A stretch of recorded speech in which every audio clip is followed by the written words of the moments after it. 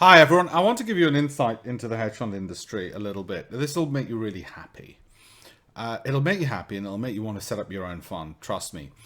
This is one of the world's most famous funds. It's one we would admire. It's trend following, Marshall Wace. We look up to them. They've been there for a long time. They've got $2.5 billion under management. So you must think, wow, they must be making lots of rich people incredibly rich. And they're equity neutral. In other words, they're going long, they're going short, they don't care which way the markets go. Sounds good, doesn't it? Well, there's the performance. At which point you might think, hang on, I can do that. And it's one of the reasons why I encourage private investors not to think they've always got to give their money to experts. Remember what I just said, 2.5 billion. All right, 2.5 billion now of assets under management. And yes, I know what you're saying. Hang on. They don't seem like the elite of the elite of the elite. And part of the trick is your ability to market, your ability not to lose too much money either. Anyway, I wanted to share this with you because it might make you particularly happy. But there's another reason. This is a typical tear sheet for a hedge fund. And I just want to go through some of the things that investors look for. I'm not saying you're going to be investing in hedge funds. Retail clients cannot. However, what I want to show you is that the risk and volatility is relatively low. It's one of the things that presumably the people who give them money, which are pension funds very often, look for. They look for the ability of the fund not to be too volatile. Maximum drawdowns we want to look for. That means from peak to trough, what's the most it can lose? 10%.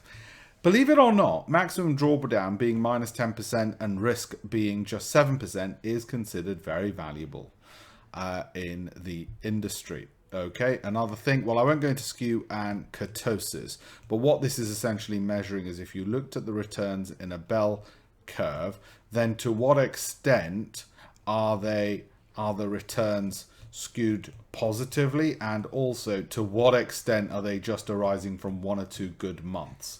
Okay, that's to do, well, skewness is to do with skew and kurtosis is to do with height. Sharpe ratio and Sortino. Well, Sortino, some of you who've been through my program will know, more important to me in the hedge fund industry. It just measures to what extent for the volatility do they outperform. And as you can see, low volatility, i.e. low risk of missing a return, but the returns haven't been fabulous. Information ratio, I won't go into, it's a bit technical. And beta, just really in terms of volatility in relation to the market index. Let's look a bit lower and scroll through this. So there's the return distribution, and you can see in terms of skewness, to what extent is it positively skewed? How many big losses do they have? Where do most of the returns come from? Those are factors you'd want to know. If the returns came from just one winning month, that's important to know. If it came with some big losing trades, that's important to know. So these are kind of things that investors would look at, okay? For a company, you can sort of see all the details of the individuals concerned when you look at who they are, what they do. So I just want to give you a little insight into what a hedge fund tear sheet, just for educational purposes, looks like. And now you'll all want to set up your own fund and say, hang on, I could manage 2.5 billion under management. Yeah, well, so I want you to have confidence in your own abilities as private investors to manage your own portfolios, okay? And not just say, I'll give it to the experts, close my eyes. It's well worth educating yourself to learn about investing. All right? Okay, good.